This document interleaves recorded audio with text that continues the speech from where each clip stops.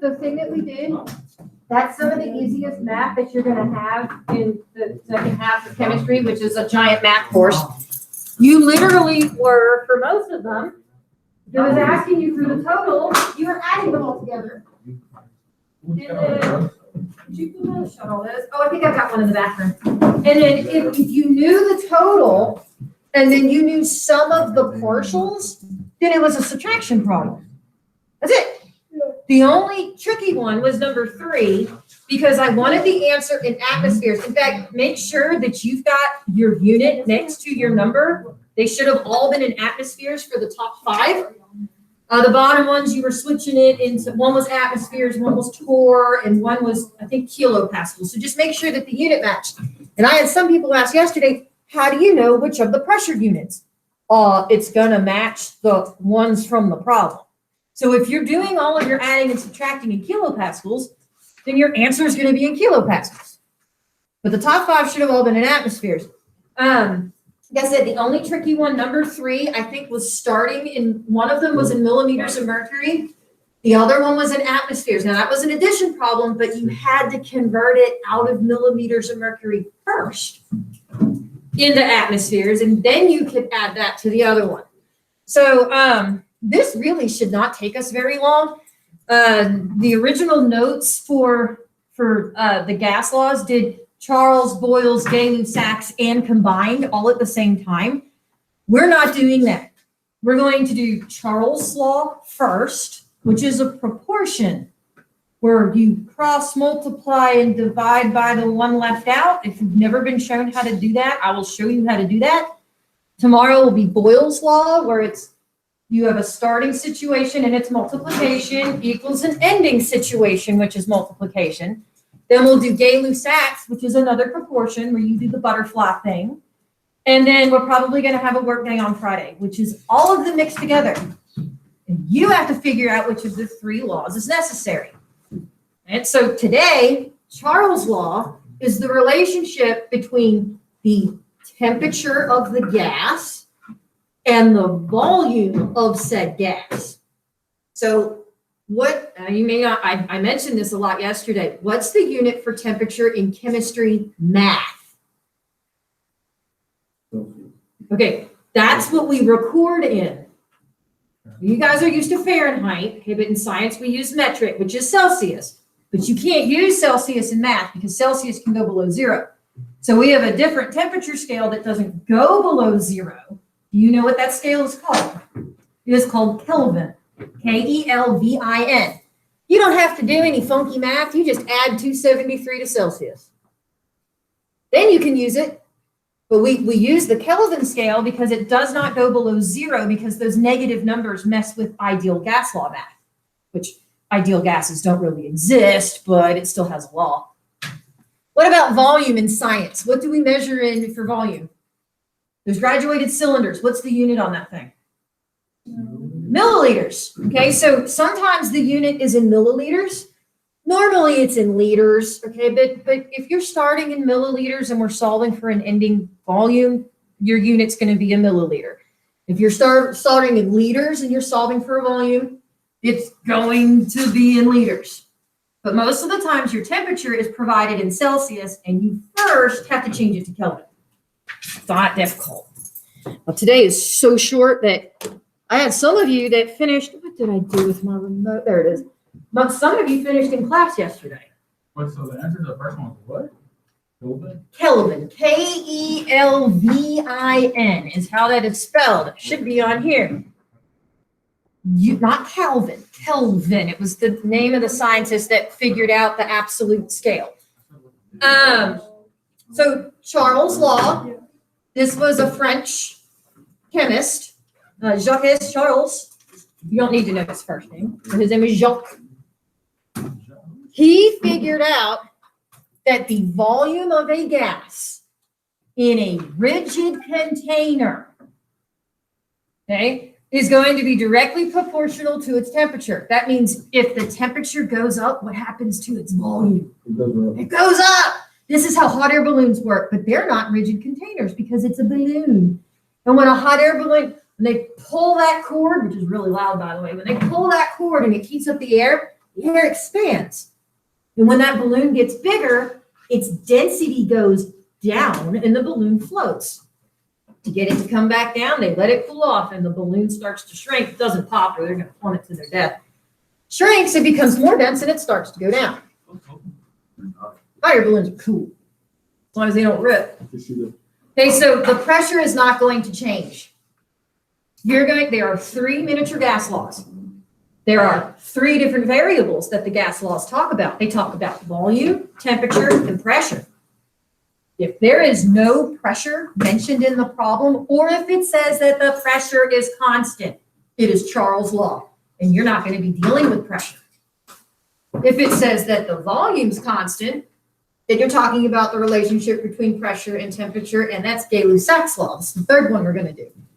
If it doesn't talk about temperature, it says that the temperature's constant, then it's Boyle's law, which is the one we're doing tomorrow, which is not a proportion. It's the starting substances, whatever, multiplied equals the ending multiplied. But you got to do this first. I can't remember if I put another thing on here or not. Oh, I did. This is the formula to change it from Celsius to Kelvin. You're going to see the temperature given to you in Celsius more often than not. Add 273 to it, and you use that for the temperature. It's really 273.15, but most people leave off the 0.15.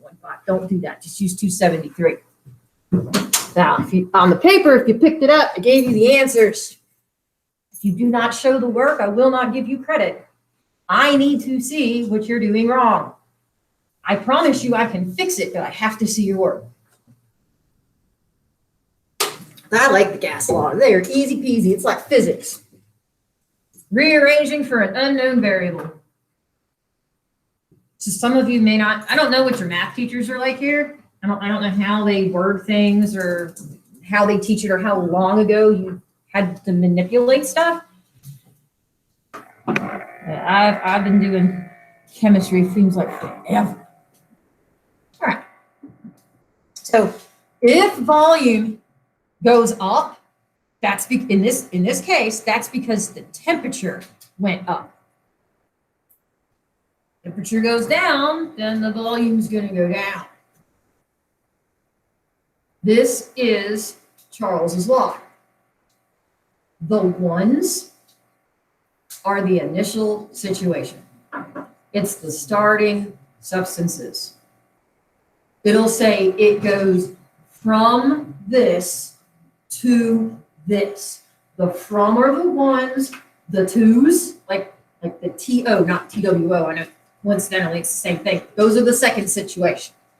If you go to college and you get an old school prof, they might use I's instead of ones, which means initial, and F's instead of twos, which are final. It's just depends on how old the teacher is. And then not that I'm intentionally going to make you convert, but if you take chemistry in college, they might say that they're cubic decimeters. That's the same thing as a liter. That's technically a volume unit. I personally am not going to make you use the weird ones. A cubic centimeter is a milliliter. I don't know if any of you are diabetic and you have to take shots, okay? But a cc, which is how those things are measured, or engines, if any of you are into vehicles, a cc is a unit of volume. A cubic centimeter is what that stands for. That's a milliliter. It depends if it's like the solid version or the gas or liquid version, but since we're dealing with gases, you're normally going to be in liters and milliliters the most often. And if for some reason the people that do not understand chemistry make your assessment, ask you to convert, 1 liter has 1,000 milliliters in it. I am not going to do this to you right now. If the volume starting is in milliliters, then the ending volume should be in milliliters. If you're solving for a beginning volume and the ending volume is in liters, then the beginning volume will be in liters. They should match.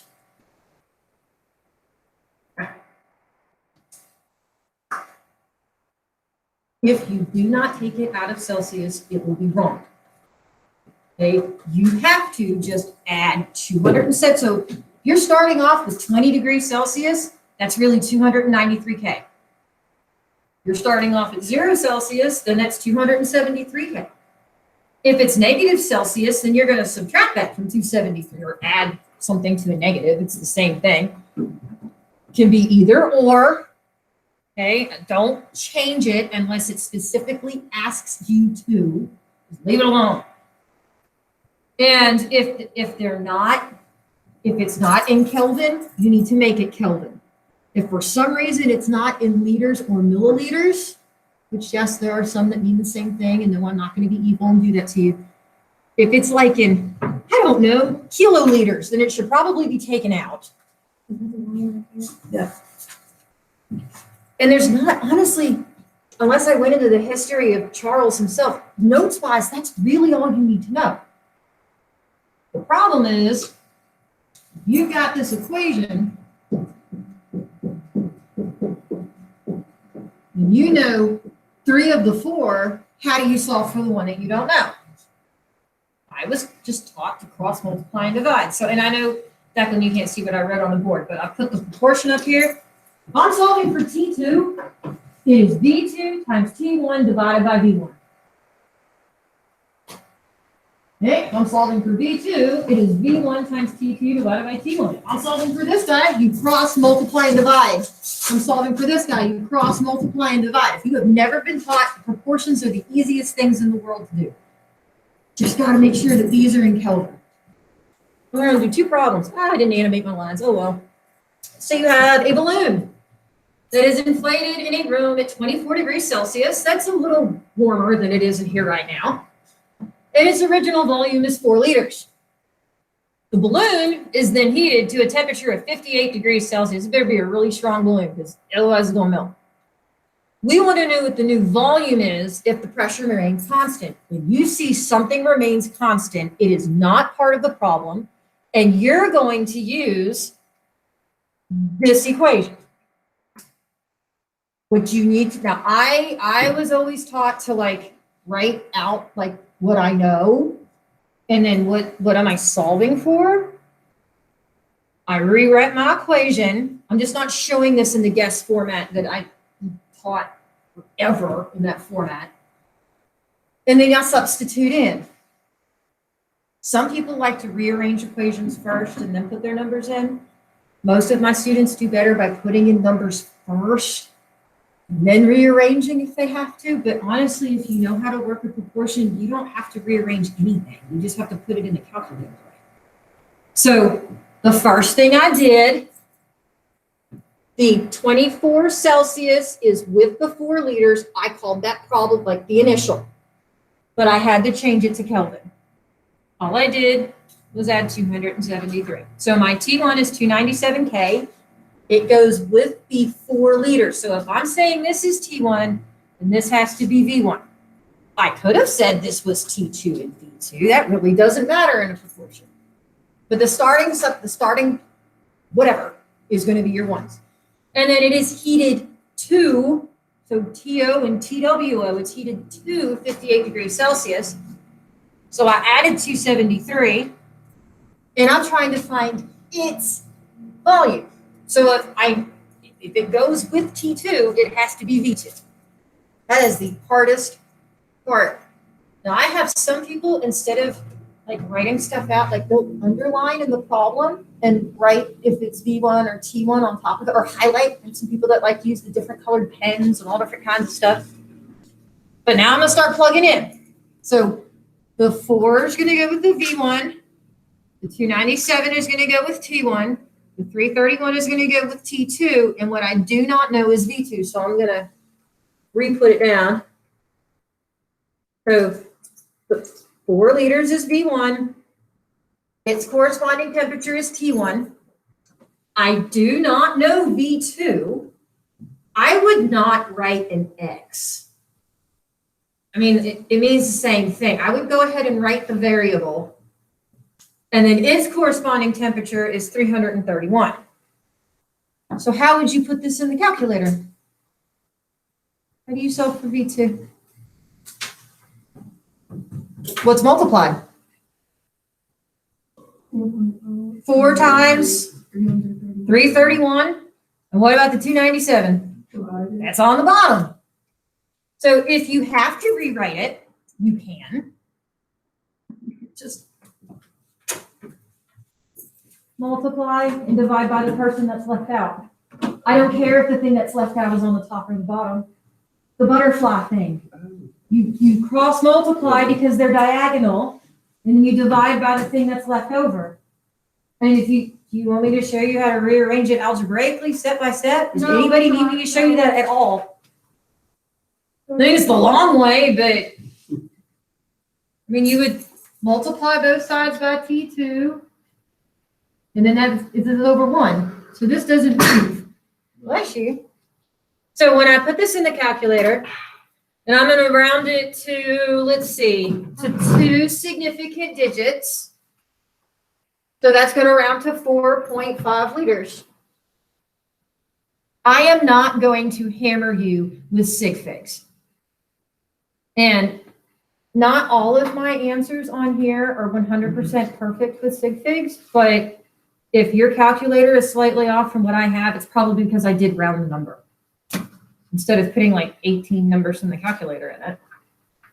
Okay, so does anybody need me to go back over this one or have a question why I had to do this first? I mean, I'm sorry, but that's a rule of gas laws. It has to be in Kelvin. All of them.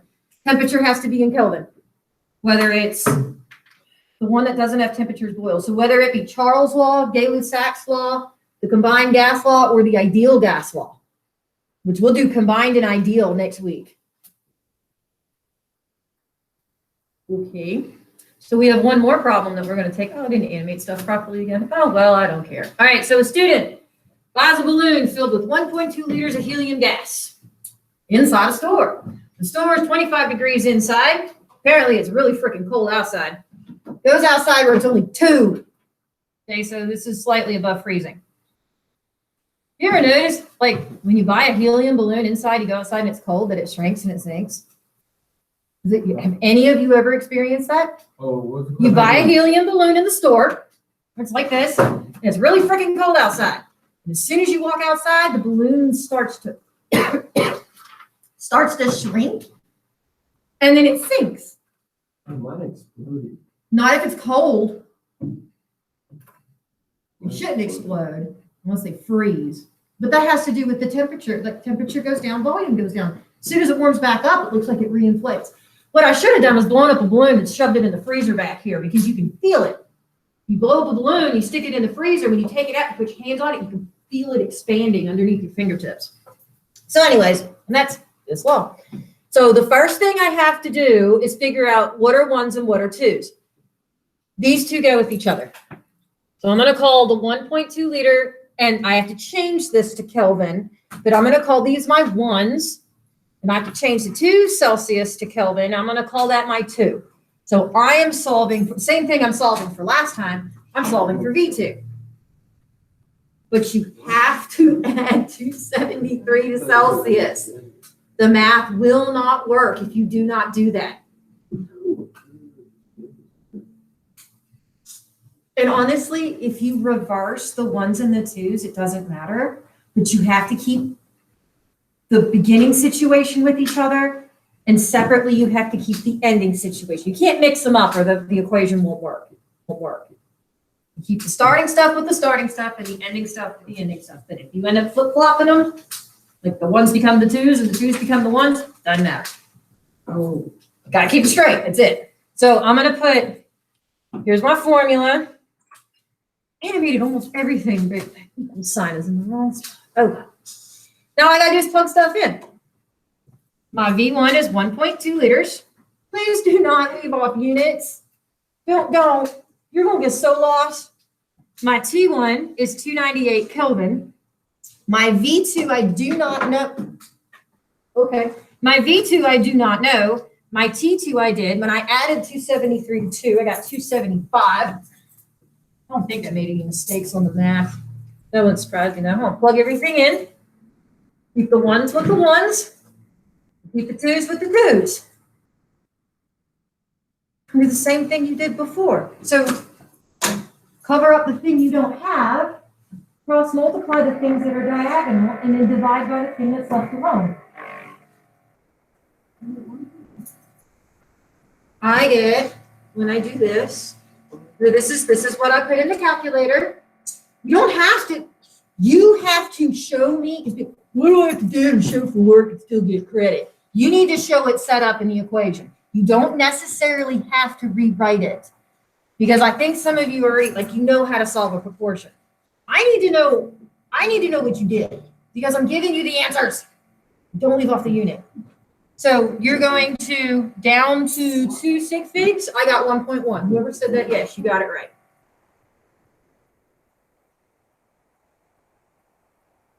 And like I said, I know Miss Castleberry's using my stuff. I don't know if the other ones are, because I like giving you answers because it lets you know immediate. Don't just trust my stuff. Make sure, like, do it. And make sure that you're setting it up right. Because if you're not getting what I get, either you put stuff in the wrong spot, maybe you just pushed the wrong button on the calculator, like the decimal didn't register or something. Or you're like me and you weren't paying attention, you just pushed the wrong number.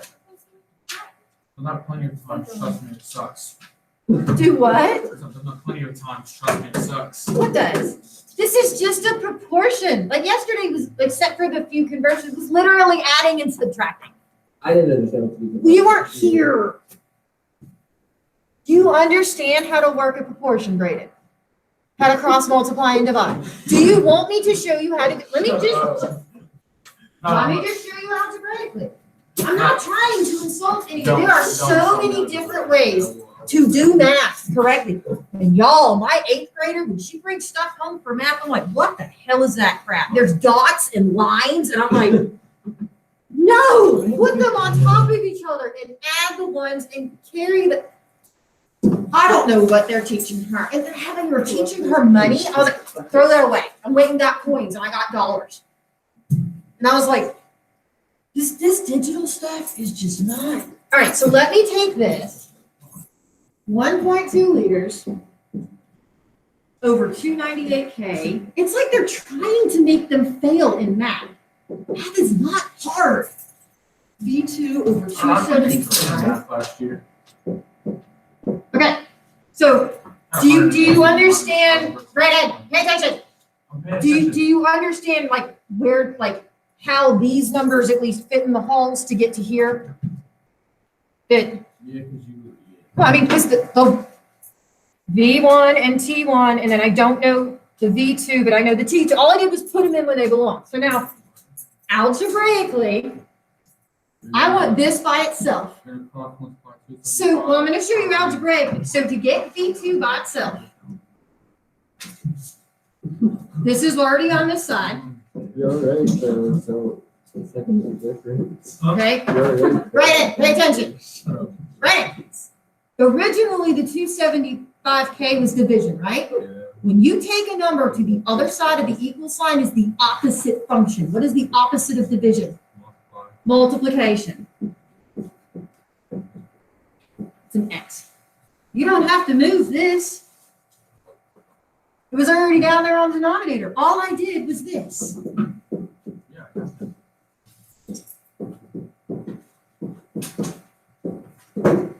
That's all I did. That's all I did. Or literally cover up the thing that you do not know with your thumb and work. Let me make sure you guys understand this too, because I didn't show you how to solve for T2. Let's say I have, let's say I'm solving for an initial temperature. So let's say I have 5.2 liters over T1. And then let's say it's at, I don't know, 20. So that would be 293K. And let's say that the next volume is 4.6 liters. So I just pulled numbers out of my head. Okay, so if I'm trying to solve for this, then you would still multiply, the things are diagonal, and then you divide by the guy all by himself.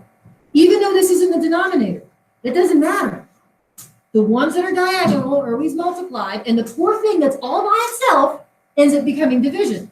So if I rearrange this, it would be 5.2 liters times 293K. On the other side, I'm going to multiply these. Then to get rid of the liters,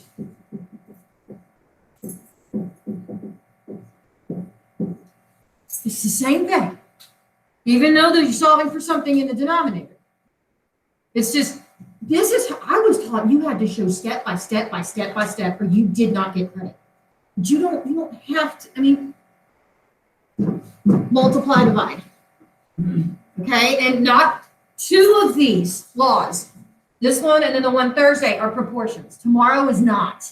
Tomorrow's looks like this. Where you're gonna multiply the situation you know both of and divide by the one that you only know one of. It's just, they're not hard. They're not hard. Seriously, the gas laws are so simple. Now, when we get to this one, Just throw me off now. Where's the P come from? that's tomorrow's pressure. That's tomorrow's. Oh, that's throwing me This off. one's a little bit more complicated. That's the last one we're gonna do. This one, this is the other proportion. Yeah. No. This one. That's the one we're gonna do Thursday. This is the one we're gonna do Friday. No, next week. And then this is the one we're gonna do next Monday.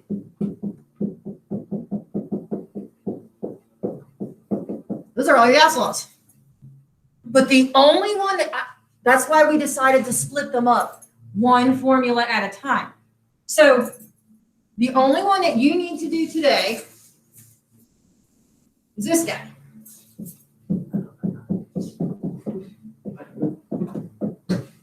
This is right here. Okay?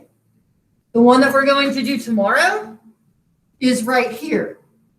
And the one that we're going to do the next day is right here. This is called the combined gas law because it combines all three. We're doing each one individually. So do not let all these formulas scare you. We're learning one relationship at a time. Then we're going to throw them all together, and then we're going to bring in the amount of gas, and this is the balanced equation.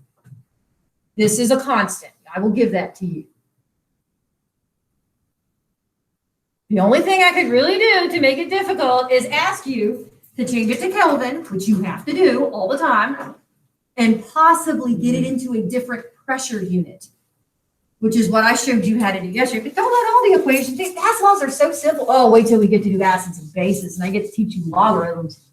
That's going to be fun. All right, let me stop this. Let me check online. I probably should have recorded that a second ago.